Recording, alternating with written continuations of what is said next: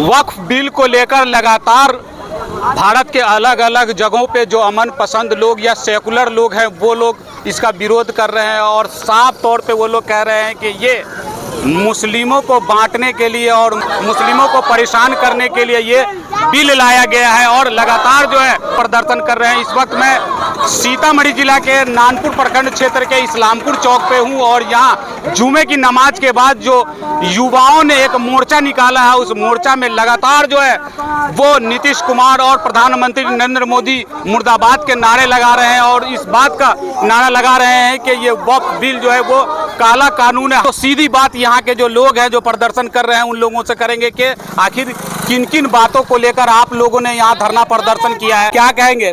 पूरी तरह से नौजवान जो है वो विरोध प्रदर्शन कर रहे हैं, क्या साबित करना चाह रहे हैं आप? देखिए, सबसे पहले तो मैं सुप्रीम कोर्ट और इस देश के न्यायालय का धन्यवाद और शुक्रिया अदा करना चाहता हूँ, क्योंकि इस देश के मुसलमानों को जो है उम्मीदें जो है वो टूट चुकी थी, मगर सुप्रीम कोर्ट का जो अभी फैसला कुछ आया है इससे मुझे पूर्ण विश्वास है कि इस देश का न्यायालय जो है मुसलमानों को यहाँ इंसाफ देने का काम करेगा, क्योंकि ये हम पर अत्याचार हो रहा है, क्योंकि ये हमारी ज़मीन पूर्वजों की दी हुई अमानत है, हम इसे बिल्कुल भी बर्दाश्त नहीं करेंगे। और आज युवा एकता मोर्चा के माध्यम से हम लोगों ने विशाल जो है विरोध मार्च करके यहाँ की स्थानीय समझ लीजिए कि शासन जो है आदरणीय श्री नीतीश कुमार जी को हम ये बताना चाहते हैं कि आपने वक्फ संशोधन अमेंडमेंट एक्ट में हमारा सपोर्ट और सहयोग तो नहीं किया है।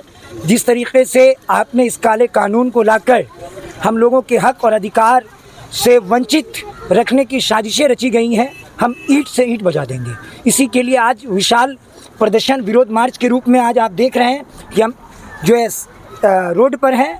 तो इंशाल्लाह हम आपके चैनल के माध्यम से कहना चाहते हैं कि अगर ज़रूरत पड़ी तो गांधी मैदान में भी जा कर के जो है बापू सभागार में हम लोग जो है विशाल प्रदर्शन करने का काम करेंगे, धरना प्रदर्शन पे बैठने का काम करेंगे। क्या इसके अंदर आपको काला कानून लगा है जो बता रहे हैं आपके, क्या गलत है उसमें? तो इस देश में हमारे चाहे वो हिंदू, मुस्लिम, सिख, ईसाई, बौद्ध, क्रिश्चियन कोई भी हो, किसी भी कास्ट का हो, अगर उनकी ज़मीन जो है वो उनको मुबारक, हमारी ज़मीन जो है वो हमको मुबारक। इसमें जो सरकार काला कानून ये लाई है कि दो जो है मतलब नॉन मुस्लिम को जो है गैर मुस्लिम होगा, हम उसको इसमें अटैच करेंगे। दूसरा, गवर्नमेंट हमको कहेगी कि हम 5 साल के मुसलमान हैं कि नहीं, हम नमाज़ पढ़ेंगे तो उनको बता के जाएं कि हम ज़ोहर पढ़ रहे हैं, फजर पढ़ रहे हैं। हम हज करेंगे तो उनको बता के जाएंगे, हम ज़कात देंगे तो हमें उनको बताना पड़ेगा। आप कौन होते हैं हमारा परिणाम मांगने वाले? हम तो कह रहे हैं कि हम ये देशभक्त हैं, इस देश से इतनी मोहब्बत है कि हम इस देश की मिट्टी को 5 वक्त चूमते हैं। अगर आपको लड़ाई लड़नी है तो हिंदुस्तान के मुसलमानों को तो कोई अत्याचार और कोई अन्याय आज तक किसी हिंदू भाइयों पे किया है तो आप मुझे बताइए। ईद के त्यौहार पे हुआ हो, बकरीद के त्यौहार पे हुआ हो या मुहर्रम के त्यौहार पर, मगर आप मुझे बताइए कि जब हिंदू भाई का ही त्यौहार होता है तो फिर किसी असामाजिक तत्व द्वारा सद्भावना को बिगाड़ने की कोशिश की जाती है। और चिन्हित करके स्थानीय प्रशासन हो या स्थानीय जनप्रतिनिधि कोई भी हो, उनको ये चाहिए कि उन पर कठोर से कठोर कार्रवाई की जाए। मगर हिंदुस्तान के बहुसंख्यक और हमारे हिंदू भाइयों को समझ रहे हैं डराया जा रहा है कि बांग्लादेश में हिंदुओं पर अत्याचार हो रहा है। उसका कनेक्शन इंडिया के मुसलमानों से क्या है? मैं तो कहता हूँ कि बांग्लादेश पे चलिए कब्जा करते हैं, चलिए पाकिस्तान से लड़ते हैं और वहाँ की बॉर्डर पर सबसे पहले मुशाहिद रज़ा को आप सामने लेकर के आइए और हम इस देश के लिए समझ लीजिए जान दे भी सकते हैं, ले भी सकते हैं, क्योंकि यहाँ की इस मिट्टी में सभी का खून शामिल है। किसी के बाप का हिंदुस्तान थोड़ी है और हमारी मुंह से जो निकले वही सदाकत है, हमारे मुंह में तुम्हारी ज़बान थोड़ी है। क्योंकि इस देश के लिए जिस तरीके से वीर शहीद स्वतंत्रता सेनानियों ने अपने जानों की कुर्बानियाँ पेश की और शहादत दिया और आज उनका जो नाम जिंदा है इतिहास में, उन्होंने लड़ाइयों को लड़ा है और लड़ाइयों को लड़ने वालों का नाम ही लिखा जाता है, न कि तलवार चाटने वालों का। अब वक्त आ गया है जिस तरीके से उन गोरों को भगाने का काम हमारे पूर्वजों ने किया था, इंशाल्लाह हम इन चोरों को भी भगाने का काम करेंगे और अपने हक और अपने अधिकार के लिए ईंट से ईंट बजा देंगे। सदन से लेकर सड़क तक लड़ाई लड़ने का काम करेंगे। अभी सुप्रीम कोर्ट का सुप्रीम टिप्पणी है, 3 मामलों पे उन्होंने टिप्पणी दिया है और उसमें स्पष्ट कहा है कि आपने जो ये बिल में अमेंडमेंट किया है कि आप जो बिल में जो है ना गैर मुस्लिम जो है उन्हें रखा जाएगा। उन्होंने स्पष्ट कहा है जस्टिस ने कि क्या हिंदुओं का जो मठ मंदिर की ज़मीन है क्या उसके अंदर गैर हिंदू को रखेंगे? उसके बाद जो आपने एक और आपने बात कहा है कि हमें प्रमाण देना पड़ेगा कि हम नमाजी हैं या नहीं है, हम 5 वक्त की नमाज पढ़ रहे हैं कि नहीं पढ़ रहे हैं, वही वक्फ करेंगे। उस पर भी सुप्रीम कोर्ट ने टिप्पणी कर दी है। तो फिर ये धरना प्रदर्शन की क्या ज़रूरत है? धरना प्रदर्शन की ज़रूरत है जब तक कि हमें न्याय, सुप्रीम कोर्ट पर हमें भरोसा है, पूर्ण विश्वास है, मगर जब तक कि क्लियर नहीं कर देते हैं। आप मुझे बताइए कि जो वसीम रिजवी है धर्म परिवर्तन करता है और वो जितेंद्र त्यागी बन जाता है, और जितेंद्र त्यागी बनने के बाद वो अपनी संपत्ति को, वो अपनी प्रॉपर्टी को अगर मान लीजिए किसी हिंदू ट्रस्ट को या हिंदू मंदिर को अगर वो वक्फ कर दे, हमें तो कोई आपत्ति नहीं है, हम तो टिप्पणी नहीं करते।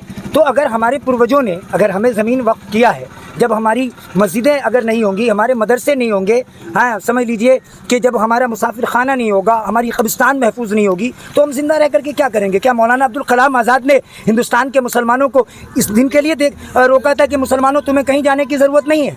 हम तो डॉक्टर बाबा साहब भीमराव अम्बेडकर की विचारधारा को फॉलो करने वाले हैं, और ये गांधी का देश है, गांधी की विचारधारा से चलेगा। क्योंकि ये तो इस देश को जो है टुकड़ा टुकड़ा गैंग जो अंग्रेजों की नीति थी, उसी तरीके से इस देश को तोड़ने की कोशिश की जा रही है। हम तो बहुसंख्यक और हिंदू भाइयों से गुजारिश करते हैं कि हम कदम से कदम मिला करके हैं आपके साथ। अगर है मोदी जी में अगर ताकत और हिम्मत, तो कहिए उनसे कि चलिए बांग्लादेश से फाइट किया जाए। हम सबसे पहले हम बांग्लादेश की बॉर्डर पर जो है जितने ये युवा एकता मोर्चा है। मोदी जी को ही क्यों कसूरवार ठहरा रहा है? मोदी जी क्या कि इसके अंदर आप नीतीश कुमार को क्या कहेंगे, चंद्रबाबू नायडू को क्या कहेंगे, उन सबों के बारे में? चिराग पासवान हुए, जीतन राम मांझी हुए, सभी का सपोर्ट है, तो आप मोदी जी को ही क्यों कह रहे हैं? सर मैं ये कह रहा हूँ कि जितनी भी पार्टियां हैं गठबंधन समर्थित, अभी उनकी सरकारें चल रही हैं और उन्होंने उनको समर्थन किया है। मैं कहता हूँ चोर चोर मौसेरा भाई होता है। एक शेर के ज़रिए आप सुन लीजिए कि उसूलों पर जब आँच आ जाए तो टकराना ज़रूरी है, जिंदा हो अगर तो जिंदा नज़र आना ज़रूरी है। और एक शेर और सुन लीजिए कि बर्बाद गुलिस्ता करने को बस एक ही उल्लू काफ़ी है, हर शाख पे उल्लू बैठा है, अंजाम गुलिस्ता क्या होगा। अभी इस देश के उल्लू किसे कह रहे हैं आप? जी उल्लू ही कह रहे हैं ना, क्योंकि वो उल्लू है, वो नादान है, जो भी मान लीजिए कि सदन में जाकर के बिल को पारित कर रहे हैं, उनको उनकी जो सोच है, उनकी जो थिंकिंग है, जो उनकी विचारधारा है, आप मुझे बताइए कि इस देश को किस दिशा में लेकर के जाना चाहते हैं। अगर एक बाप का अगर 5 भाई है, अगर उसकी प्रॉपर्टी अगर दादा की प्रॉपर्टी है, अगर उसको मिली है विरासत में, तो अगर हिस्सा बराबर नहीं हो तो विवाद हो जाता है। तो आप कहीं ना कहीं हिंदू मुस्लिम को लड़ाकर प्रोपेगेंडा और एजेंडा के तौर पर कुर्सी पे बैठना आप चाह रहे हैं। मगर मैंने देख लीजिए आपके मीडिया के माध्यम से एक चीज मुझे कुछ समझ में नहीं आया, आप जब वोट के दिखा रहे हैं, आप भारतीय जनता पार्टी के ही नेता थे ये अटल बिहारी वाजपेयी, और पूर्व प्रधानमंत्री है, उनका भी आपने फोटो लगाया, क्या साबित करना चाह रहे हैं? मैं ये साबित करना चाहता हूँ कि पार्टी चाहे जो भी हो, क्योंकि हम इस देश के हैं, सरकारें चाहे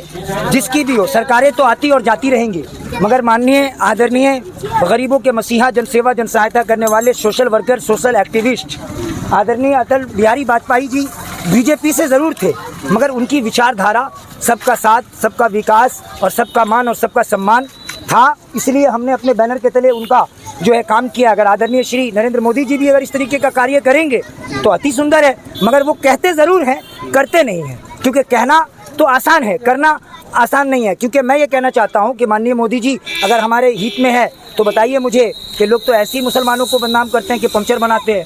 किसी मुसलमानों को आप मुझे बताइए कि उद्योग लगाकर, फैक्ट्री लगा करके उनको पैसा देने का काम किया हो, या फिर कोई अच्छा कभी इनको जो है समझ लीजिए कि 3 तलाक समझ में आता है। हम कह रहे हैं कि ये हमारा मामला है, ये हमारा मामला है और इसे हम समझेंगे। इसमें आपको मुदाखलत या इसमें जो है इंटरफेयर करने की कोई ज़रूरत नहीं है। आप इस तरीके का कानून लाएं जिससे देश में तरक्की हो, जिसमें देश में लोग शिक्षित हो। मगर पार्टियां चाहे जो हो, उनकी विचारधारा खासकर माइनॉरिटीज़ और अल्पसंख्यक समाज को जो है लोगों ने ठगने का काम किया है।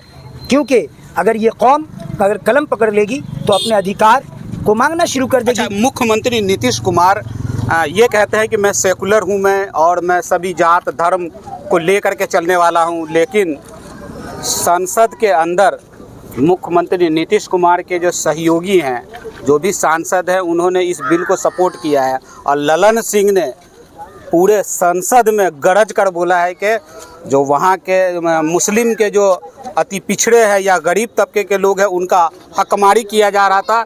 ये बिल जो गरीब तबके के लोग हैं या पासमानदा समाज के लोग हैं, उनके लिए बढ़िया है ये।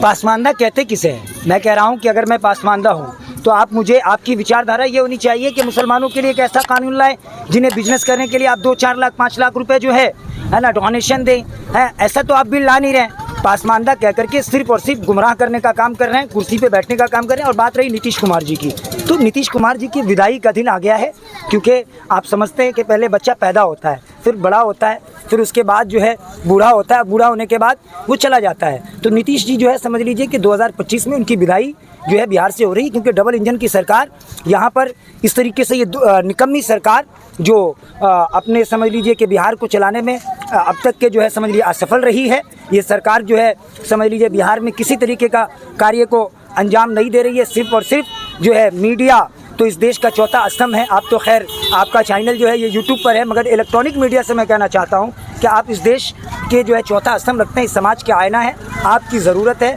आप, क्योंकि मीडिया जो होता है न पक्ष न विपक्ष, बिल्कुल निष्पक्ष होकर के जो उनको खबरें दिखाना चाहिए, क्योंकि हम इस हिंदुस्तान के हैं। अगर हम मर भी जाएंगे तो इसी मिट्टी में दफन किए जाएंगे, हमसे ज़्यादा कोई वफादार नहीं है। और जब हम उस दिन नहीं गए तो अब कहाँ जाएंगे, क्योंकि हमारे पूर्वजों की जो है कब्रें यहाँ हैं, हमारे आबो अजदाद की दी हुई जो है समझ लीजिए अमानतें यहाँ हैं, हमारी मस्जिदें हैं, हमारी जो है बुज़ुर्गों की यादें हैं। तो हम इसे छोड़ करके तो हरगिज़ भी नहीं जा सकते, चाहे ये हमें ख़त्म कर दें। हम तो कहते हैं कि ये जेल भी अगर बढ़ेंगे तो जेल में इनकी जगह कम हो जाएगी, मगर ये हमारे वजूद की लड़ाई, हम पीछे नहीं हटेंगे। जी, जेल भी भरेंगे तो जेल की जगह कम हो जाएगी, ये हमारे वजूद की लड़ाई है। मैं अपने दर्शकों को फिर से जानकारी के लिए बता दूं कि सीतामढ़ी जिला के नानपुर प्रखंड क्षेत्र के इस्लामपुर चौक पे वक्फ बोर्ड को लेकर प्रोटेस्ट चल रहा है। तस्वीर आप यहाँ देख लीजिए। वक्फ बिल वापस लो, युवा एकता मोर्चा की तरफ से ये वक्फ बिल के खिलाफ जो है वो मोर्चा निकाला गया है। और ये इस्लामपुर चौक पे अभी हूँ मैं, जानकारी मिल रही है कि फैजपुर से ये मोर्चा निकाला गया है और इस्लामपुर चौक पर जमकर नारेबाजी हुई है। प्रधानमंत्री नरेंद्र मोदी और नीतीश कुमार मुर्दाबाद के जमकर नारे लगे हैं यहाँ। तो खबर के बारे में आपकी क्या राय है, कमेंट बॉक्स में ज़रूर लिखें। अभी तक आपने हमारे चैनल को सब्सक्राइब नहीं किया है तो सब्सक्राइब कर लीजिए। अगर आप हमें फेसबुक पर देख रहे हैं तो फॉलो करना बिल्कुल ना भूलें, ताकि बिहार की तमाम छोटी बड़ी खबर सबसे पहले आप तक पहुँचती रहे। जय हिंद, जय भारत।